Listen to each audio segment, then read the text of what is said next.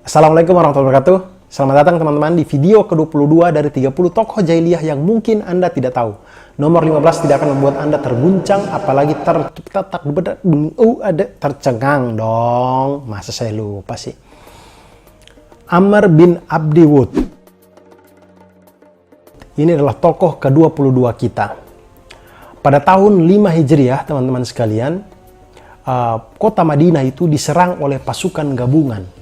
Pasukan gabungan ini terdiri dari orang-orang Quraisy Mekah, kemudian Kinanah dengan sekutu-sekutunya dari penduduk Tihamah, kemudian Bani Sulaim, dan juga kabilah-kabilah Gatafan.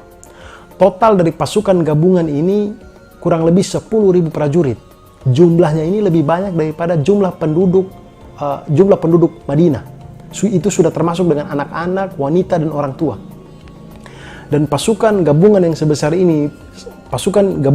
ini itu datang dan menyerang kota Madinah, yang kemudian kita kenal dengan nama Perang Ahzab atau Perang Khandak atau Perang Parit. Perang ini dinamakan Perang Khandak karena pada saat perang ini pasukan muslimin itu menggunakan strategi defense yang tidak pernah dikenal oleh bangsa Arab, yaitu pasukan muslimin menggali parit yang cukup besar yang tidak bisa dilewati oleh orang maupun kuda di jalur masuknya kota Madinah. Sehingga pasukan Quraisy dan kawan-kawan, pasukan gabungan ini tidak mampu untuk menyerang kota Madinah. Dan ide untuk menggali parit ini disampaikan oleh Salman Al-Farisi radhiyallahu an, salah seorang sahabat Rasulullah SAW yang berasal dari Persia. Ketika pasukan musyrikin ini yang berniat datang untuk menyerang orang-orang muslim dan kota Madinah, lalu mereka berhadapan dengan parit yang mereka tidak tahu bagaimana cara mengatasinya ini, mereka mulai stres, jengkel mereka. Mereka hanya bisa mengepung kota Madinah dari seberang parit, jadi dari luar saja. Mereka berputar-putar saja di situ tanpa ada kejelasan apa-apa, bingung juga. Mereka cari-cari titik lemahnya parit ini tapi tidak bisa ditemukan juga.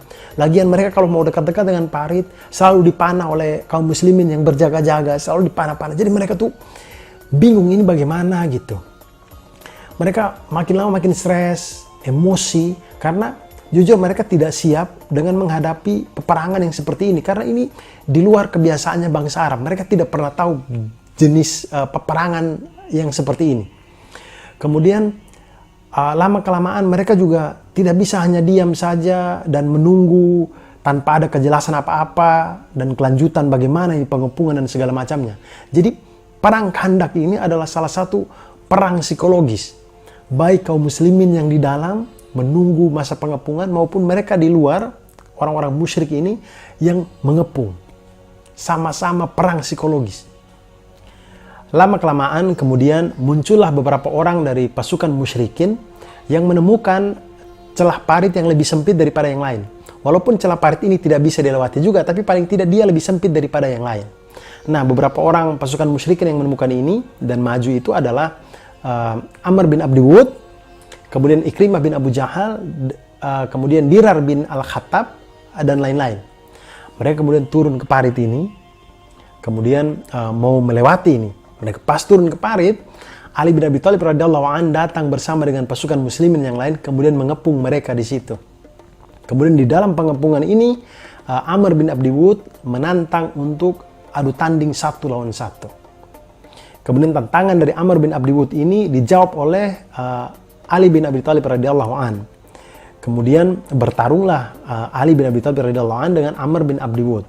Amr bin Abdi Wud ini adalah salah satu petarung dari Quraisy yang pemberani. Dia ini adalah pahlawan dari orang-orang Quraisy. Pertarungan antara Amr bin Abdi Wud dengan Ali bin Abi Thalib radhiyallahu an ini berlangsung seru sampai akhirnya Amr bin Abdi Wud berhasil dibunuh oleh Ali bin Abi Thalib.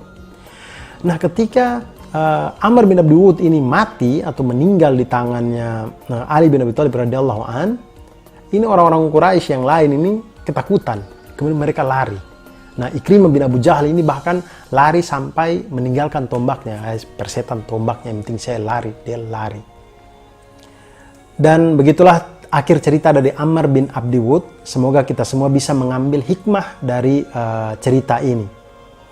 Teman-teman, sebenarnya kalau teman-teman mau googling nama dari Amr bin Abdi Wud, sama seperti ejaannya, sama seperti yang ada di dalam video, di judul video ini, teman-teman akan menemukan banyak cerita-ceritanya di Google gitu.